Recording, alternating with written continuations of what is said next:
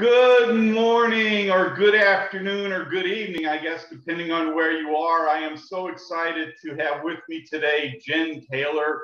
Jen is actually the founder of At a Crossroads with the Naked podcast. So Jen and I have had a number of interviews before, and I love it. I love talking with you, Jen. So welcome. So glad to have you joining me today. Thank you. As am I. This is really fun.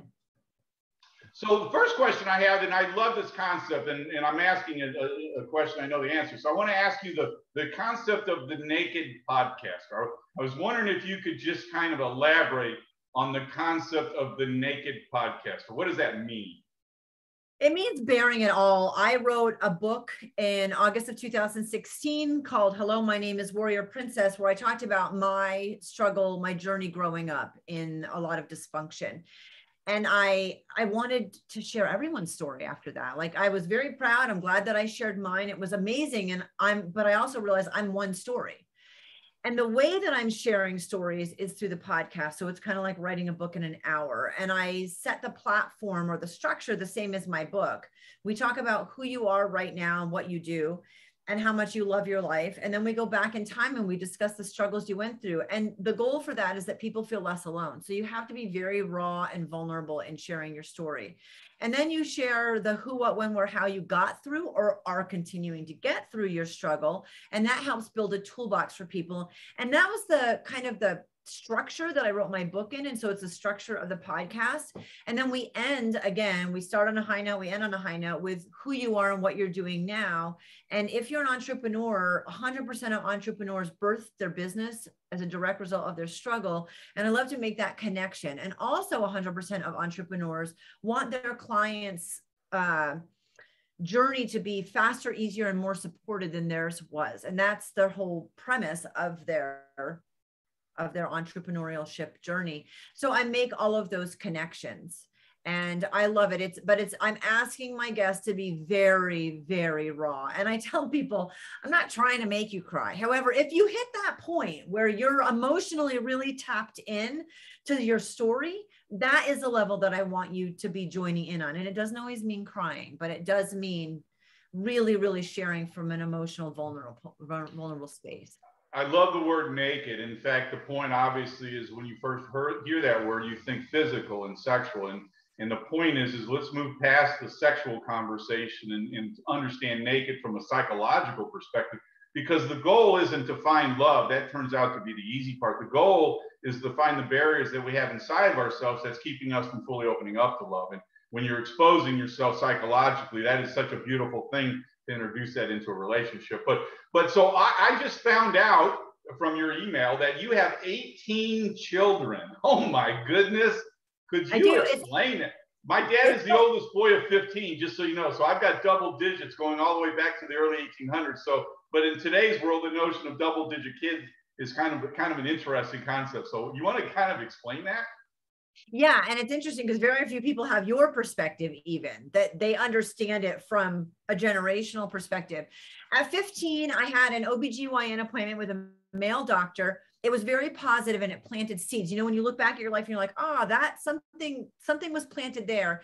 And he told me at 15 that I would most likely have a difficult time having children and just expect infertility, which was a great seed to be planted because later on in life, I did go through infertility. And just knowing that it was kind of expected made me process infertility. Infertility is very emotional. I went through 7 surgeries and maxed out on Clomid and Provera. So anybody who's gone through infertility knows what that means. I hit the point where IVF was the next step and I knew it was not my path.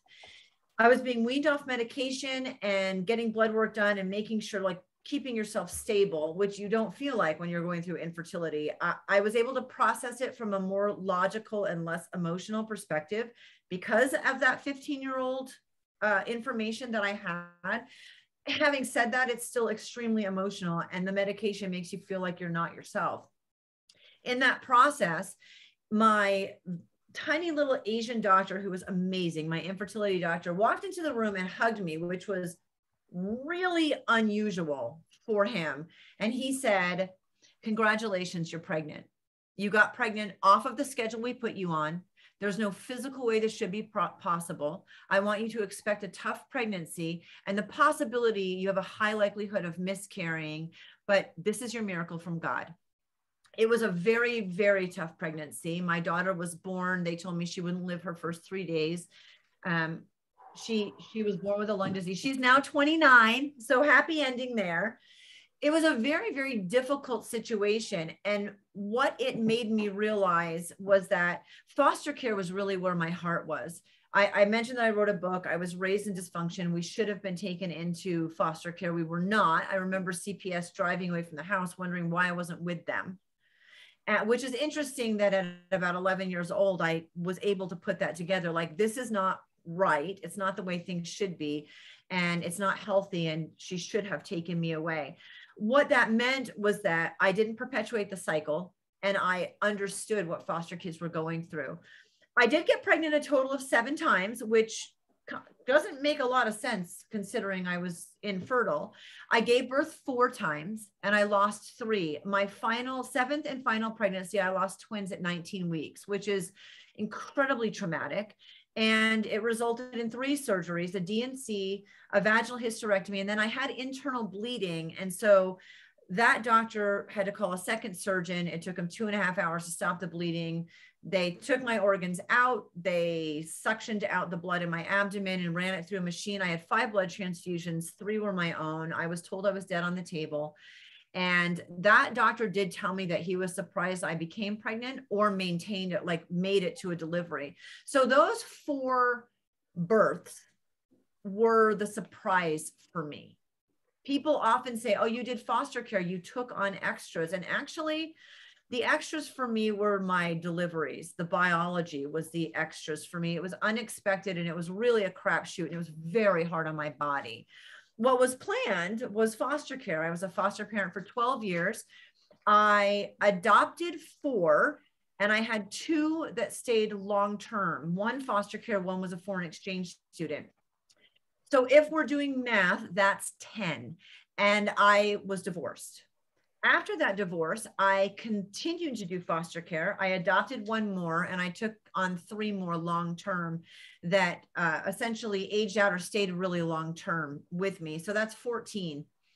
My daughter, who's now 29 that I mentioned, when she was 20, she and a friend started fixing me up on dates, which was really fun. Retrospect, I was really not on board. I was humoring them. And Dane was the first person that they connected with to fix me up on dates, but he was the 3rd or 4th person that I actually went on a date on. So the situation was they would get to know someone, meet them for coffee. If they made the cut, which not everyone did, but the 2 of them would meet with this man. And this guy had to go through a lot just to get here, right? Like, I'm so exceptional. I'm such an exceptional date that it's worth going through the circus to get there. I never talked to any of them. I never knew who they were. They did all of the filtering. For those of you wanting to date, this is the best possible way to do it. They actually were on Plenty of Fish. They created a platform. They created a profile. I never saw it until it was a done deal. And then they just printed what my profile was. They asked me questions so that they could accurately share information about me kind of in my words. And they let everybody know, you're not talking to Jen, you're talking to her best friend and her daughter, and you have to get through us to get to her. So have I online dated? Yes, but no, they online dated on my behalf. So they could really cut through when people were saying, hey, beautiful, or I want it. Like, you didn't read anything because you're not talking to me. And so they would meet and they would go on a coffee date. And if the person made the cut, they would come back from that coffee date and hand me the person's phone number and I would text. Now, I didn't know what these people looked like. I knew nothing about them. This was essentially a blind date that they had filtered through, right? And so I would in the text say, please send me a picture of yourself so I know who I'm meeting. And they would give me a little background information, but I was going in essentially fairly blind. In hindsight, these were really fun dates because they'd been proved, right? So Dane actually was done a little bit differently. He was supposed to meet with them and then or he met with them and then was supposed to meet with me, but he was in a car accident. He was flying from Nevada, where I live, to Florida to be in a pro golf tournament. And in that car accident, his collarbone was broken. And he was on a bit of medication. So it kind of changed how we went through things. And my friend Lacey, who's like, this woman's fantasy football, she's like the closest thing to your guy buddy in a woman you could ever get. Right. And she came to me in tears and she's like, this is the one. And I'm like, this is the one for somebody. She's like, if you don't end up dating him, I'm going to do the same thing with him and help him find someone. I'm like, cool, we can all do that. Like that, this is like, that would be great. I didn't know it at the time, but from the moment we sent the first text, Dane and I have been together. We texted all week constantly. We had one phone call, me basically trying to dissuade him from dating me. And then we finally met for breakfast. And, you know, he said, I showed up kind of like this, like, it's really nice to meet you. And I'm really happy to be here. And he said, he knew I was reserved and like I was kind of humoring everyone, but he also felt real strongly that this was a really good match for him, that I was somebody he could see a future with.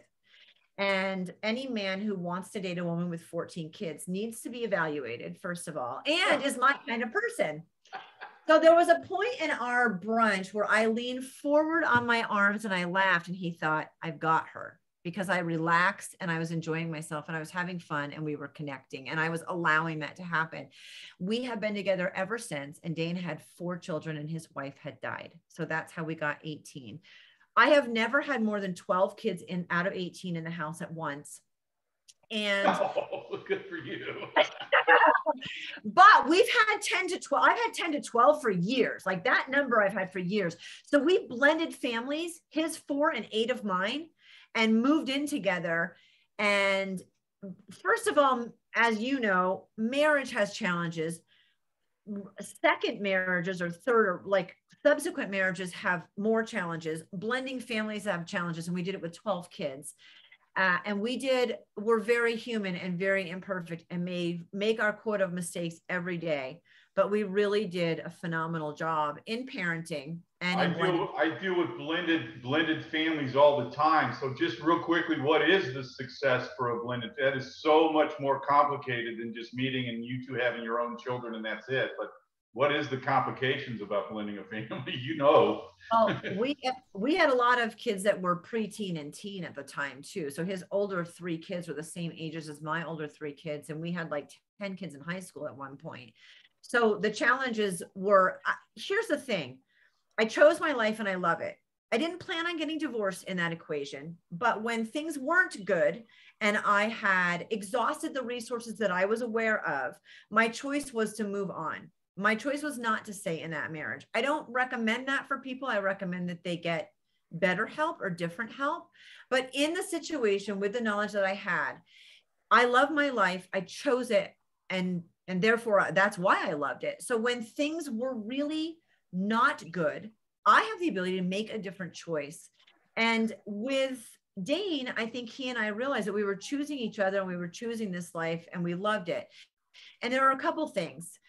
We put each other and the marriage first, which means he needed to do what he needs to be on a basketball team. That's part of what makes him him. That's part of how he's healthy himself. I'm a runner. I need to be on that running team. And those things can change, but we really respected and valued what the other person needed to be healthy individually.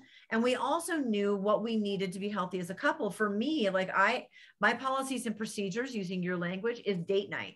I need date night. I need to remove myself from the house, remove myself from the kids, and focus on that person individually. That's really easy when you're in the beginning of the relationship. You're dating all the time and the sex is great and you want to spend time together and you're getting to know each other. It's easier. Over time, that becomes more of a challenge to keep each other first and foremost.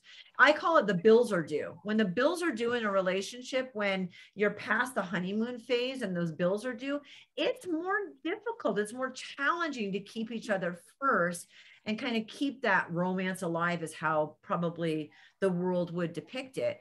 And then we set ground rules over our date nights. We did not talk about anything negative in our relationship, any struggle, and we kept discussing the children to a minimum.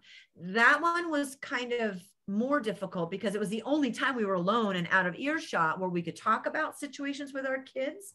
So on our days, we would kind of say, we'd sit down. I love dinner. I love sitting face to face, and I don't have to cook it or clean it. So it was my favorite. But even walking, even going for walks with each other or hikes with each other, the first thing we would do is kind of say, is there anything going on with any of the kids that we really need to discuss first? And we would do that and kind of get that out of the way. It was important for us to address that. And then the reason we made a rule that we couldn't talk about anything negative in our relationship is because when things were hard, that's where you want to unload your arsenal of everything wrong in your relationship, because you've got their attention. And I was guilty of that. And Dane said, we need to make a new rule. We can only talk about the things in our relationship that are positive and uplifting. And we recognized it very quickly, and we implemented that as a rule. This was our time to build each other up and build the relationship. It was not time to harp on each other about the crap that was not going well. So we set a good policy and procedure, and we set good guidelines around that policy and procedure. And don't get me wrong, there were moments where I would come to him crying, where we had issues with teenagers, my ex-husband. You know, we went through all the issues, including the death of a son, that were really, really challenging. And I mean, I guess I could say, fortunately, we didn't both hit that point at the same time, but I would come to him and say, what are we doing? How are we doing this? Are we out of our minds? And he would say, yeah, but we're going to be down to one child in 7 years in, or 6 years in. Let me think. 7 years in, 7.5 years into our relationship, we're down to one child, and there's an 8-year gap. So we knew she'd be 10. All of our kids would be adults, and we would, even if we still had a couple of kids living at home, they would be adults. The dynamic would change. And he's like, we've got this. We've got this. We knew it would be hard. And there were times he came to me and he was like, holy cow, I'm really struggling right now. It's very difficult. Another thing we did, and I don't like to say your kids and my kids, we're very much a blended family. It's an amalgam of a lot. But one thing that we did was, he was allowed to parent his kids his way with my input, and I was allowed to parent my kids my way with his input. That's huge. That's huge. That is huge. Very big. So we had open conversations where I would say, and I was in court at least 3 times a year. Every single year I represented myself. It was a battle. One of the battles a year into our relationship was that I got full custody of my kids, because at that time there were 6 with my ex-husband under the age of 18, and 3 of them came forward and reported physical abuse, which was massive. So I was in court a lot and had full custody of my kids. And then the fallout of, now I am going to take my kid's side. I'm not throwing my ex-husband under the bus. I wasn't in the house. I don't know exactly what happened, but I know what the reports were. I know what my kids stated. And I know that I went to therapy with 5 out of 6 of them. And I was in the therapy room with them. And I was in traditional therapy and out of the box therapy with them, and helped work with the fallout of the situation. So that's for them and their dad to work out. What I did was I was forced to react to the situation. CPS was involved, the court was involved, and I reacted to the situation. And I think I reacted to it pretty well. I've let my kids know I want them to have a good relationship with their dad, and I don't know what that looks like. And then I'll be here to support them on my end in any way that I can. However, I was still the parent dealing with the fallout of that situation. So we went through a lot. We had kids that were cutting. We had suicide attempts. We've had kids drug and alcohol. We've had runaways. Like I said, my son 5 years ago was missing, and he was a missing person for 4 years until they found the remains. And we were pretty sure that his remains would be found. He wasn't going to show up and say, hey, I joined the circus and 4 years went by and I didn't realize, although you hope that that's what happened. So, you know, I had a son who was a missing person for 4 years, and then his remains were found a year ago. We went through really, really, really the toughest stuff you can experience with your kids. And because we set this foundation, our policies and procedures, and when there was an issue with his kids or my kids, he would say, this is what's going on and this is my approach. This is how I'm going to deal with it. And I would say, these are the things that I 100% agree with you. These are the things I would do differently. And I 100% have your back. And keep in mind, for those of you watching this, so 2 points I want to make with what she just explained. number one is the marriage is number one priority. One of the things I realized I do work with couples is I rearrange the priorities, and the couple is the highest priority. In fact, one of the things I realized is the kids are just slightly below the two, and then you individually, you're actually third on the priority list because the kids come before you personally. But when you put the two of you together as the number one priority, then the conversation, I love the whole, you know, you have the final say on your kids and he has the final say on his kids. That's awesome. But the other thing I think is extremely profound is the use of the word we. Oh, yeah. Yeah. And you know, you are third on the list. However, I found in my experience that because we put our marriage first, I see and feel what he needs as an individual. Right. And he does the same with me. Right. And out of mutual respect, we have in the past balanced out activities and kids' needs and dinner time and cleaning and all of those things so that he has the ability. He's not allowed to do it, but I am allowing him to be able to meet those needs because we arrange the schedule and I kind of take some of the heavy lifting so that he can do that. And he does the same for me. So I never felt like what I needed personally was below the kids. I felt like it was kind of a hamster wheel of a continuous balance that we did for each other because we were all each other's priorities. I want to say something else too. One, minimalism helped our relationship and our family tremendously. We blended families with 12 kids, and Dane came to me and said, I feel like I can't help, because we both worked corporate at the time. We were both working full-time jobs. So the cleaning and the cooking were joint responsibilities. And that has evolved over time because our work roles evolved over time. But what he came to me and he said, I feel like I don't even know how to clean the house. And they moved into my house because we have so much stuff. And you think 12 backpacks, 12 pairs of shoes, 12, like we have at least 12 of each thing. We had a lot of kids at home. And so we really, because we combined stuff also, we had a full 3-car garage, and going through everything and minimizing it so that when we walked into every room of the house, it felt like a place we wanted to spend time was really good. And that meant both of us letting go of a lot of stuff, which can be hard for people. That was one thing that really helped us to succeed, was to reduce the amount of stuff that we had to manage in our lives. And, you know, I think the other thing is that we made it really apparent how important the kids were to us. We made it very apparent. And I think because we did that, because they knew how much of a priority, and his kids knew that he had say, but I supported, and my kids knew that I had say in parenting and he supported. And what that ended up being was one Christmas early on, the kids said, can we not get gifts this year? We don't want any presents. We want to take a family trip. We want you to use the money you would have spent on gifts and use it for a family trip. And I don't know about you, but at that point, like the youngest was 4 or 5. So what group of 11 teenagers asks to go on a trip with their parents, first of all, and step parent technically, right? Although we don't really differentiate that, it's step parent. And we said, yes. However, the things we wanted to do, Six Flags and the railroad station in Sacramento, all these things that we talked to them about what we were going to do and plan an itinerary. They had closed down 2 of like the 5 places that we went on this week-long trip, and they weren't open till April. So yes, we can. And this is our itinerary. However, you'll have to wait till April to go. And they all said yes. So on Christmas morning, they got little stockings.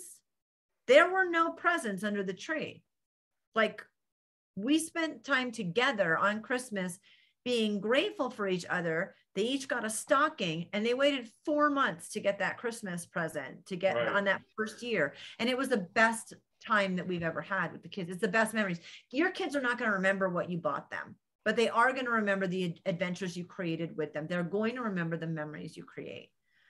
And so the great thing about that conversation, that discussion about you, so I want to discuss or talk a little bit here. So you're a transformational coach for Christian women. Can you maybe elaborate on what that means? What a great topic. But them knowing your background, we that get into this business quite often get into this business because of our own personal pain, our own personal experiences. And when people can understand our own pain and experiences, they know where we're coming from. And I love it that we take this example, these pains and experiences, and we use them to be helpful for others. So just elaborate a little bit, if you could, on, you know, what you do with helping women, Christian women.